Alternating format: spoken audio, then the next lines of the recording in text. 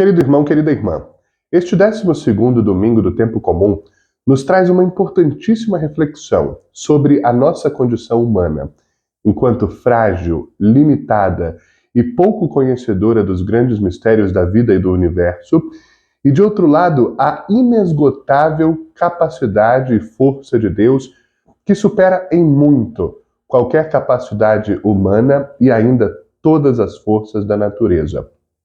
Este domingo é um convite a nós a nos lançar nos braços de Deus, confiar nos planos de Deus, deixar que a nossa vida seja conduzida pelo Senhor. Ao mesmo tempo, é um convite também a não reclamarmos, a termos um olhar mais atento ao fato de que Deus é amor.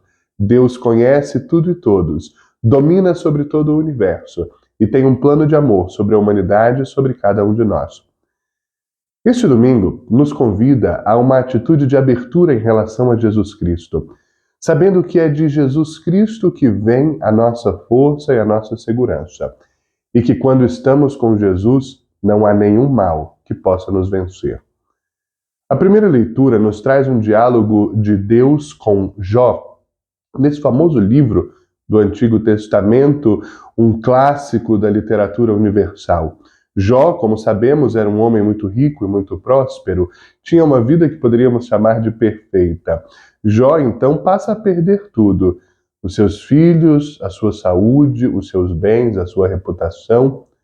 Ocorre que, nesse percurso difícil de perda, Jó mantém a fé.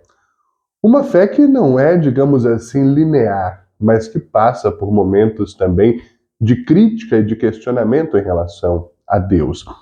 Jó nos dá o imenso exemplo de rejeitar o pensamento religioso tradicional de que o pecado leva ao sofrimento. Ou melhor ainda, de que todo sofrimento, toda dor, toda perda é uma maldição de Deus e é fruto do pecado. Jó nos mostra que não é automática essa relação. Se eu estou sofrendo é porque eu pequei. Se eu estou atravessando um momento de dificuldade é porque eu pequei. Não. O sofrimento não decorre necessariamente do pecado. É óbvio que todo pecado leva ao sofrimento. Todo pecado provoca dor, provoca ruptura, porque o pecado é a ruptura. Mas não toda dor, não todo sofrimento advém do pecado. Ao contrário, muitas vezes Deus, de uma forma misteriosa, nos permite o caminho da dor e do sofrimento, não porque pecamos, mas porque Deus nos quer mais fortes, mais próximos dele, mais fiéis, mais conscientes da fragilidade da nossa natureza e do poder imenso de Deus. Quanta gente não fez a sua experiência de Deus na dor?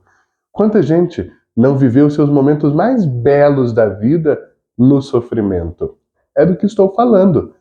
Deus permite a via do sofrimento, da dor, da perda, para nos fazer mais fortes e mais próximos dele.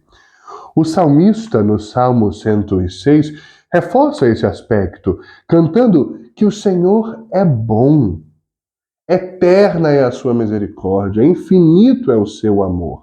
E aí retoma essa leitura de Jó, em que Deus se apresenta como aquele que manda nas forças da natureza, superior aos ventos, às tempestades, às nevascas, aos relâmpagos.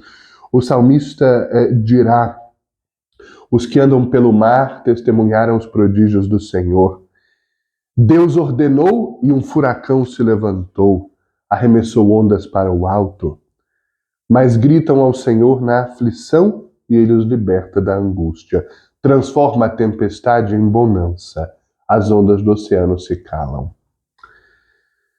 O mar tranquilo, o porto desejado são frutos do Senhor.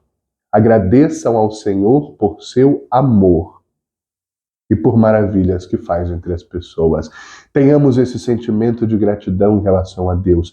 Mesmo quando nós atravessamos mares tumultuados, tempestuosos, Deus ali está, caminha conosco, está ao nosso lado, nos dá paz e nos dá a segurança.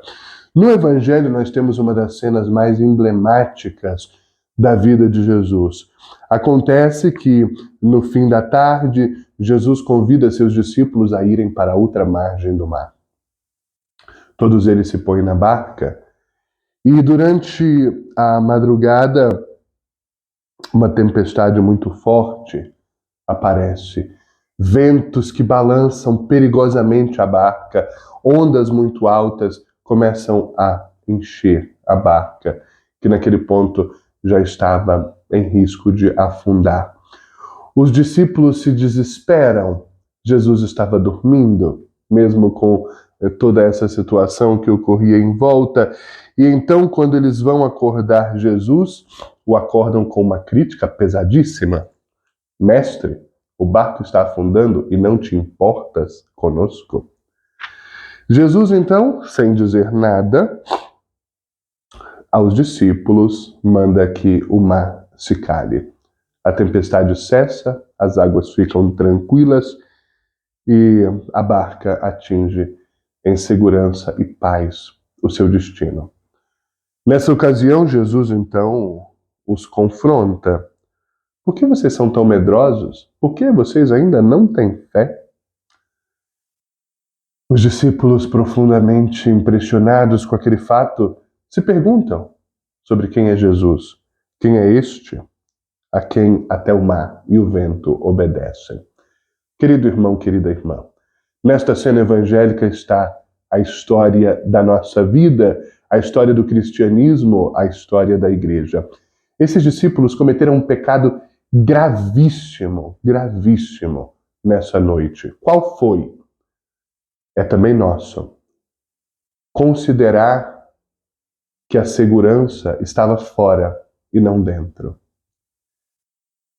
Jesus estava ali, no barco, e ainda assim eles pensavam, julgavam que Jesus não se importava com eles porque deixava que as forças externas afetassem o barco. Mas de onde vem a segurança? De Jesus Cristo. Essa é a grande lição do Evangelho de hoje. Não importa o que aconteça externamente, não importa a força e a dureza dos que vêm contra nós, não importa o tamanho da doença, do luto, da perda, não importa quão grande é o sofrimento que nos pressiona a partir de fora, se o Senhor está conosco. E aqui eu convido você a entender essa barca a partir de duas perspectivas. Essa barca é tanto a nossa vida, a vida de cada um, a minha vida, a sua vida, como é também a igreja. Em que sentido? A barca atravessando o mar é uma imagem da igreja desde sempre. A barca é de Jesus, conduzida por Pedro, que era quem conduzia também naquela noite. A barca é a igreja. A igreja atravessa os tempos, que são o mar, rumo à outra margem, que é o paraíso, a plenitude, a meta última da nossa existência. Nesta barca está Jesus. Portanto, é óbvio que ao longo dos séculos a igreja será agitada para cá e para lá pelas tempestades que vêm, as perseguições, os abusos, os escândalos, mas o Senhor está no barco e não deixará que a sua igreja afunde jamais. Portanto, na prática, para atravessarmos os mares difíceis dos tempos, devemos estar dentro da igreja, porque a igreja é a barca onde Jesus está e ele assegurou que ela jamais afundará. A outra perspectiva é entender a barca como a nossa vida. A nossa vida nunca estará livre de tormentas, de decepções, de perdas, de dores, de doenças, de lutos, de angústias, de frustrações. Jamais estaremos imunes a essa realidade difícil. Então, como fazer? Deixar sempre Jesus na barca da nossa vida.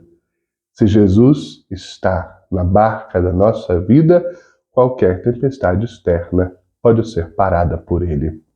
Qualquer vento impetuoso se cala na sua palavra. Qualquer onda que ameaça nos afundar, nos derrubar, para na sua força.